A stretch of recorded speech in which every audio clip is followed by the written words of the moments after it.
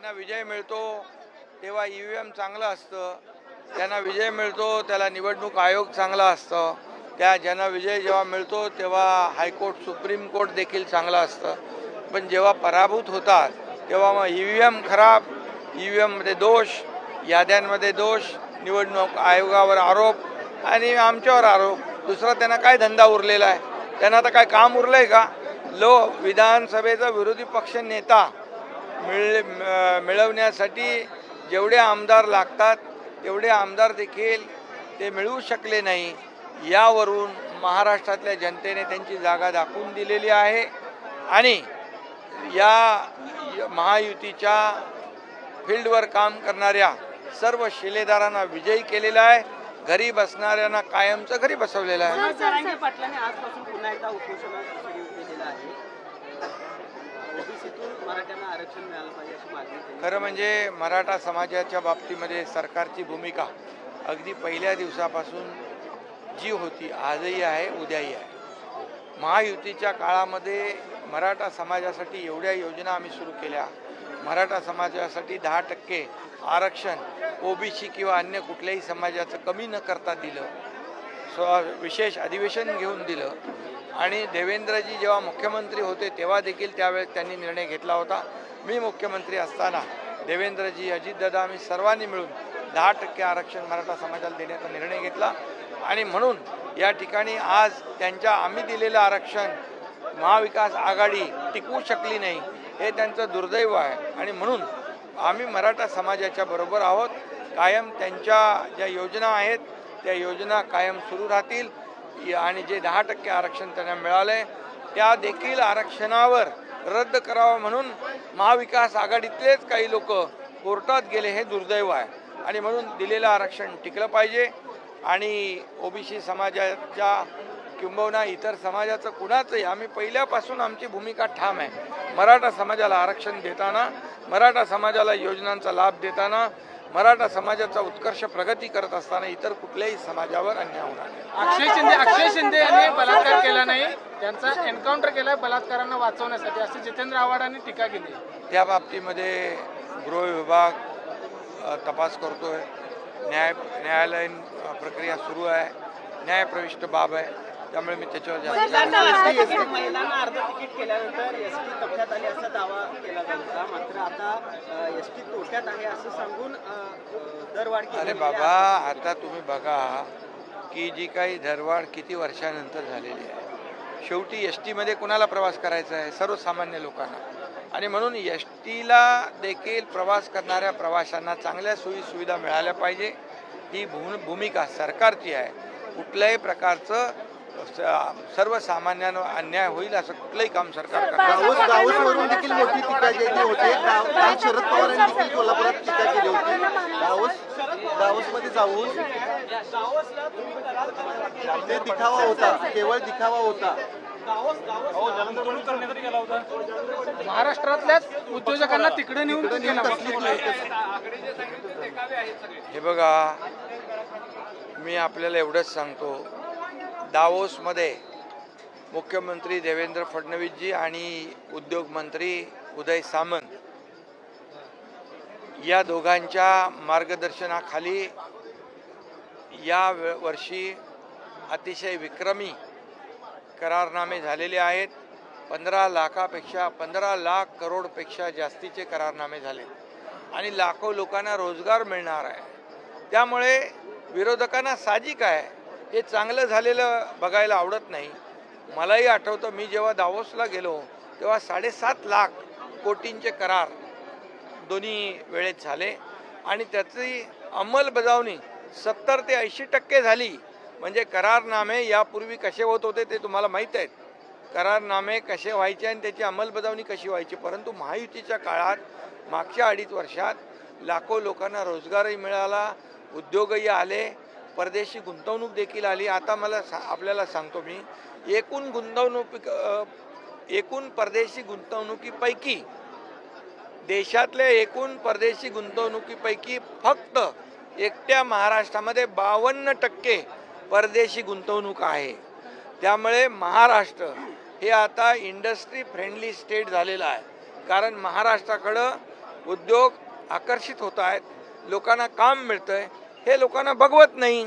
त्यामुळे अशा प्रकारची टीका होते. पण आम्ही टीकेने उत्तर देणार नाही, आम्ही कामाने उत्तर देऊ. साहेब, साहेब.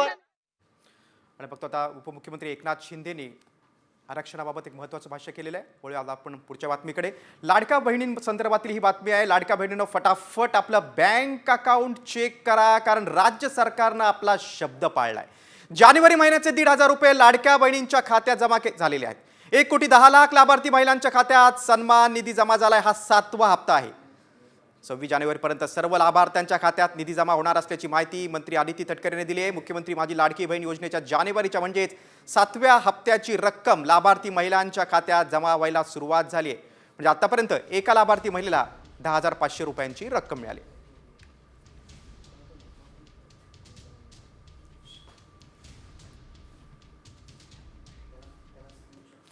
पुढच्या बातमीकडे. एसटीच्या दरवाढीची बातमी आहे. एसटीच्या तिकीट दरात आजपासून 15% वाढ झाली. गेल्या 3 वर्षात कुठलीही वाढ झाली नसल्यामुळे आता एसटी महामंडळानं भाडेवाढीचा प्रस्ताव राज्य सरकारकडे पाठवला होता. त्यानुसार आज अखेर तिकीट दरात वाढ करण्याचा निर्णय घेण्यात आलेला आहे.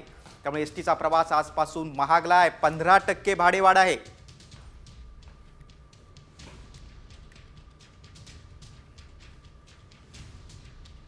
आता जी वाढ झाली ती अमरावतीची जशी 91 झाली, 46 झाली, 47 झाली कुठे कुठे.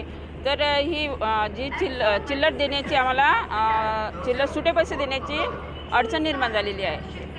जशी आता अमरावतीची 91 झाली, त्यामुळे आम्हाला 9 रुपये कुठून आणणार आहे याची अडचण झालेली आहे. ती भाडेवाढ ही रावते साहेबांप्रमाणे 5 पटीनेच करण्यात यावी असं आमची मागणी आहे. बघा, आपण अंतर बघा. मात्र अनेक प्रवाशांनी ही एसटीची भाडेवाढबाबत नाराजी व्यक्त केलेली आहे. सरकारनं पुनर्विचार करावा या भाडेवाढीबाबत, असं देखील काही प्रवाशांचं म्हणणं आहे. कारण भाडेवाढीचा झटका प्रवाशांना बसणार आहे. 15% भाडेवाढ आहे आणि आजपासून या तिकीट दरात वाढ झालेली आहे.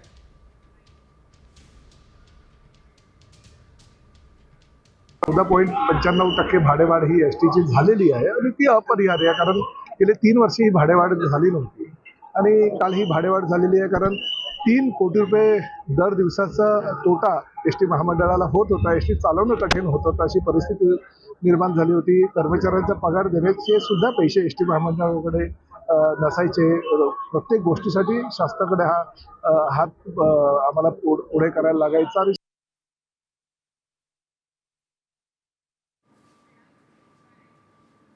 आणि आता पुढच्या बातमीकडे.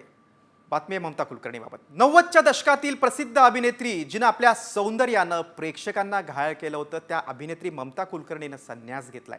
किन्नर आखाड्यात महामंडलेश्वर बनवलं गेलं, ज्यामध्ये ममता कुलकर्णीला पट्टाभिषेक करून महामंडलेश्वर ही पदवी दिली गेली. जुना आखाड्याचे आचार्य नारायण त्रिपाठी यांनी ममता कुलकर्णीला दीक्षा दिली आहे. या विधी दरम्यान संन्यास धारण केल्यानंतर ममता कुलकर्णीनं भगवं वस्त्र धारण केलंय. ममता कुलकर्णी आता श्री यमाई माता नंदगिरी नावानं ओळखली जाईल.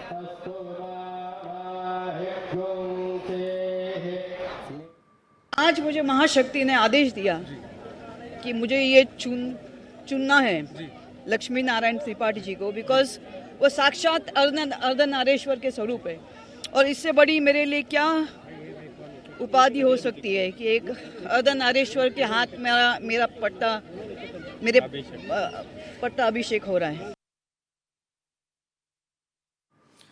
मात्र दुसरीकडे ममता कुलकर्णी महामंडलेश्वर होण्यावरून आता वाद निर्माण झालाय. किन्नर महामंडलेश्वर हिमांशी सखी यांनी प्रश्न उपस्थित केलाय. एका महिलेला महामंडलेश्वर का बनवण्यात आलंय? जर तुम्हाला हे करायचं असेल तर त्याचं नाव किन्नर आखाडा का ठेवलंय, असा सवाल हिमांगी सखी यांनी उपस्थित केलाय. इतर आखाड्याच्या साधू संतांनी देखील ममता कुलकर्णीच्या निर्णयाला विरोध केला आहे.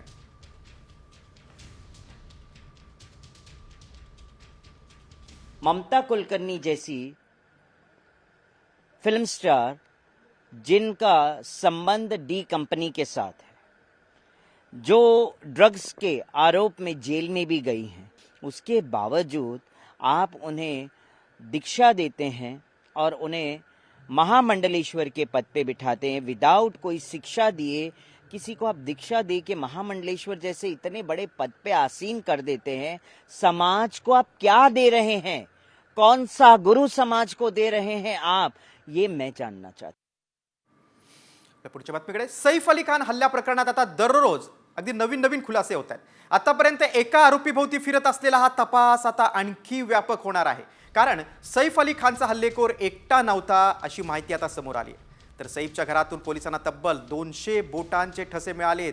आरोपी शरीफुल इस्लाम सोबत त्याचे आणखी साथीदार असल्याचा पोलिसांना संशय आहे.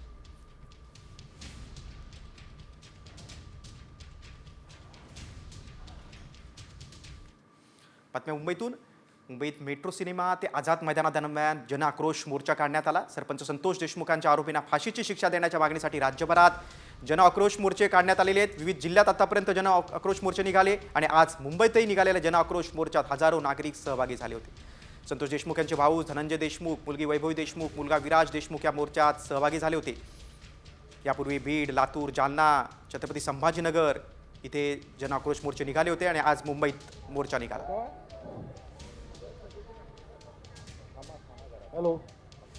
आपण बघतो की रावणाचे जे 10 तोंड आहेत त्याचं एक प्रतिकात्मक देखावा तयार केला होता आणि सगळ्या आरोपींची चेहरे या रावणाच्या 10 तोंडात होती. मेट्रो ते आझाद मैदानापर्यंत हा जनआक्रोश मोर्चा काढण्यात आला. संपूर्ण महाराष्ट्रातल्या 14 कोटी जनतेच्या मनाला लागलेलं हे प्रकरण आहे. 14 कोटी जनतेच्या मनातील हा राग जोपर्यंत या संतोष देशमुखांच्या जे हत्या करणारे आहेत, अतिशय ब्रुटली मर्डर करणारे आहेत, हे सर्व ज्या दिवशी फाशीवरती जातील त्या दिवशी हे समाजमन त्या ठिकाणी शांत होईल. तोपर्यंत कोणालाही समाधान त्या ठिकाणी लागणार नाही. आता सामाजिक कार्यकर्त्या अंजली दमानी यांच्या मागणीकडे वळूया. वाल्मिक कराडचे सगळे रिपोर्ट ताबडतोब सार्वजनिक करा अशी मागणी आता अंजली दमानीने केलेली आहे. ब्लड, सिटी स्कॅन आणि सोनोग्राफी रिपोर्ट पाहायचे आहेत असं देखील दमानीने म्हटलेलं आहे. उद्या संभाजीनगर किंवा पुण्याहून तज्ज्ञ डॉक्टरांना तपासून पाहायला सांगा. लवकरात लवकर कराडची रवानगी आर्थर रोड जेलमध्ये करा अशी मागणी देखील सामाजिक कार्यकर्त्या अंजली दमानी यांनी केली आहे.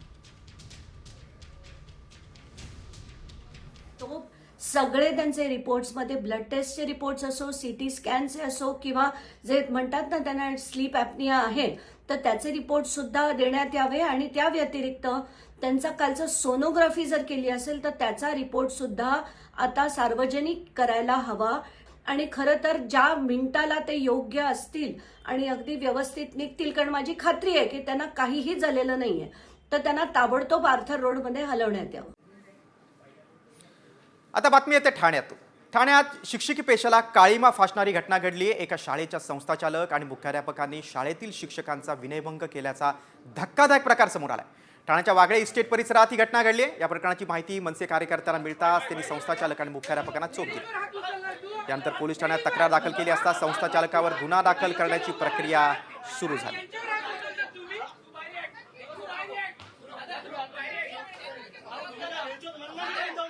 सर, ते आम्हाला सतत त्रास देत असतात. ठीक आहे, काम जर काही होत नसेल तर त्यांनी बोललं तर ते बरोबर आहे, पण काम करत असतानाही ते आमच्यासोबत गैरव्यवहार करतात. स्टाफ रूममध्ये येऊन ते बोलतात की तुला मी नंगी करेल आणि पायातनं चप्पल काढून तिला दाखवतात. तर मी त्यांना सिनियर या नात्याने सांगते, सर असं बोलू नका, आपण शिक्षक आहोत. तर ते मला, त्यांचा मुलगा त्यांच्या मागे सपोर्ट करत असतो ज्याचं नाव आशुतोष मिश्रा आहे. तो म्हणतो आपको बोला जा रहा है क्या. पुढची बातमी मुंबईतूनच आहे. गोरेगावमध्ये दिंडोशी भागात फर्निचर दुकानाला आग लागलेली आहे. 2.5 तास झाले तरी देखील आगीवर नियंत्रण मिळवण्यात यश आलेलं नाही. ज्वलनशील पदार्थ असल्यामुळे आग वेगानं पसरते. खडकपाडा परिसरातील फर्निचरच्या 5 ते 6 दुकानांना आग लागली. स्थानिक नागरिकांकडून दुकानाला लागलेली आग आटोक्यात आणण्यासाठी प्रयत्न सुरू आहे. अग्निशमन दलाच्या 8 गाड्या घटनास्थळावर दाखल झाल्यात. मात्र बघ्यांनी देखील मोठी गर्दी केली, त्यामुळे पोलिसांना लाठीचार्ज करावा लागला. आगीवर नियंत्रण मिळवण्याचे शर्थीचे प्रयत्न सुरू आहेत. गोरेगाव भागातील दिंडोशीमधील ही घटना आहे.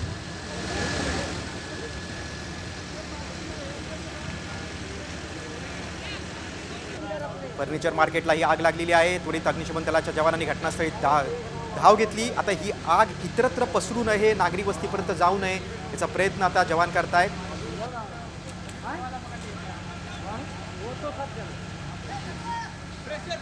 25 ते 30 गाड्या घटनास्थळी दाखल झालेल्या आहेत. अग्निशमन दलाचे जवान शर्थीचे प्रयत्न करतायत, आगीवर नियंत्रण मिळवण्याचा प्रयत्न करतायत. पाण्याचा मारा केला जातोय, मात्र इथं बघ्यांची देखील मोठी गर्दी झाली आहे, त्यामुळे पोलिसांनी या जमावाला पांगवण्यासाठी लाठीचार्ज देखील केला. मुंबईतल्या गोरेगावमधील ही घटना आहे. दिंडोशी भागामध्ये एक जे फर्निचर मार्केट आहे तिथे आग लागलेली आहे. आग इतरत्र पसरू नये यासाठी आता अग्निशमन दलाचे जवान शर्थीचा प्रयत्न करतायत.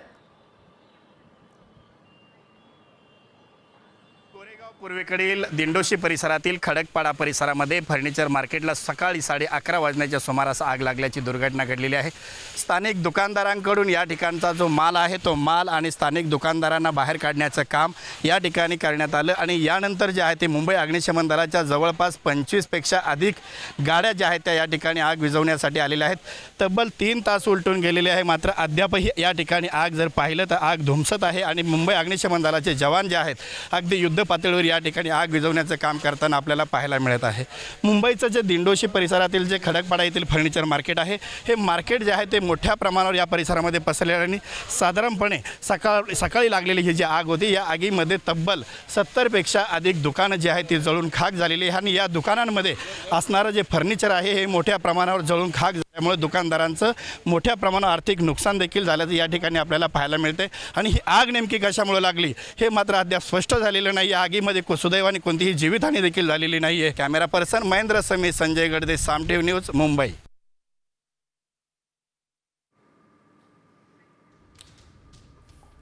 आगीवर नियंत्रण मिळवण्याचा जोरदार प्रयत्न आता अग्निशमन दलाच्या जवानांचा सुरू आहे. 25 ते 30 अग्निशमन दलाच्या गाड्या घटनास्थळी दाखल झाल्या आहेत. आपण दृश्यामध्ये बघतोय आता तिथं नागरिकांची गर्दी देखील खूप मोठ्या प्रमाणात झालेली आहे.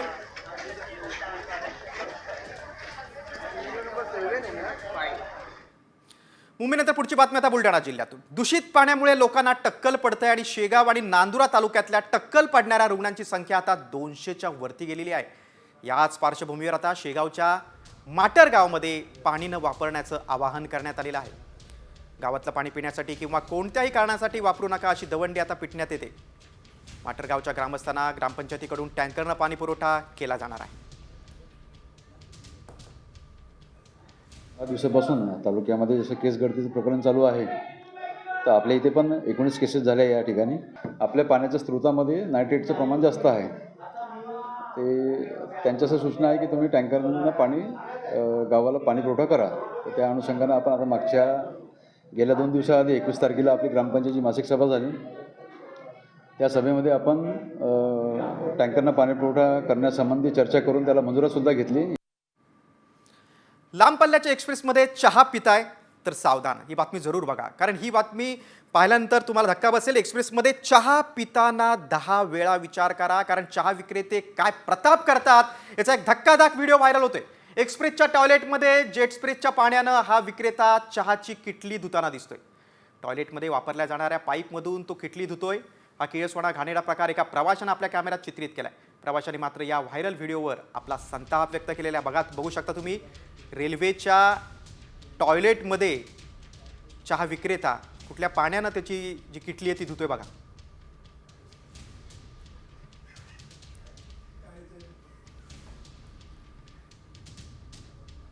बातमी पुढची आता काश्मीरमधून.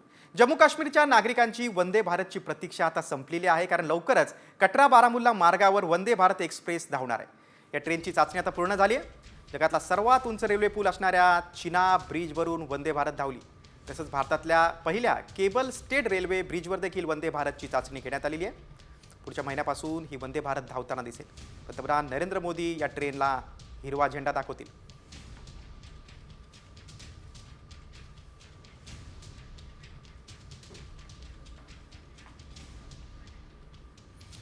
पुढची बातमी आता महावितरणबाबत.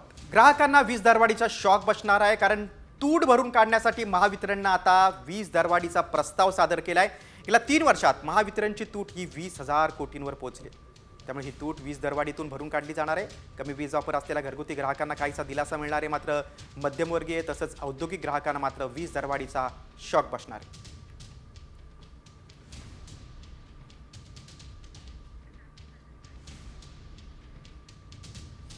बघा, सध्याचा दर आहे 10 रुपये 29 पैसे. 2026-27ला हा 11 रुपये 35 पैसे होऊ शकतो. 27-28ला 11.53 रुपये, म्हणजे 101 ते 300 युनिटपर्यंतचा हा दर आहे.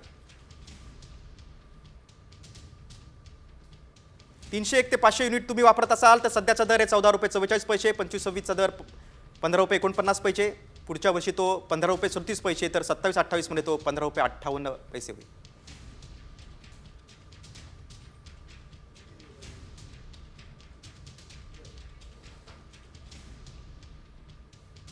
पण मध्यमवर्गीय आणि औद्योगिक ग्राहकांना शॉक बसणारे, मात्र ज्यांचा विजेचा वापर कमी आहे त्यांना काहीसा दिलासा मिळू शकतो. महावितरणचा तोटा हजारोंच्या घरात आहे, हजारो कोटींच्या घरात आहे, आणि तोच तूट भरून काढण्यासाठी दरवाढीचा हा प्रस्ताव आहे.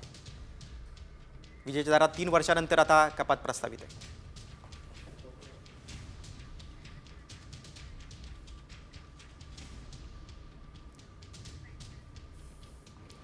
महावितरणचा जो तोटा आहे तो भरून काढण्यासाठी आता त्याचा भार ग्राहकांवर पडणार आहे.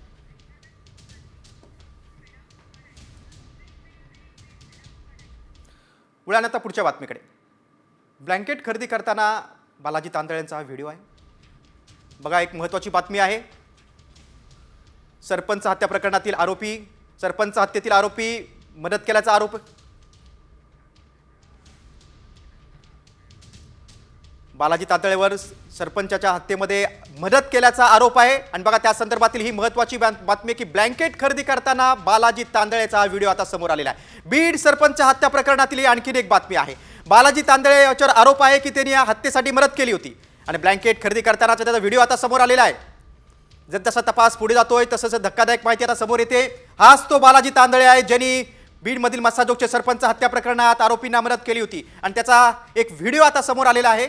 ब्लँकेट खरेदी करताना तो या व्हिडिओमध्ये दिसतोय. एसआयटीचा तपास जसजसा पुढे जातोय तसतशी आता धक्कादायक माहिती समोर येते. बीड सरपंच हत्या प्रकरणातील बालाजी तांदळे यांनी आरोपींना मदत केली होती. मस्साजोगचे सरपंच संतोष देशमुख यांच्या हत्येसाठी आरोपींना मदत केली होती असा त्याच्यावर आरोप आहे आणि तो आता एका व्हिडिओमध्ये दिसतोय. ब्लँकेट खरेदी करताना त्याचा व्हिडिओ आता हाती आलेला आहे. या व्हिडिओमध्ये तो अगदी स्पष्टपणे दिसतोय. बघा, साम टीव्हीवर हे एक्सक्लुझिव्ह दृश्य आहेत, एक्सक्लुझिव्ह बातमी आहे.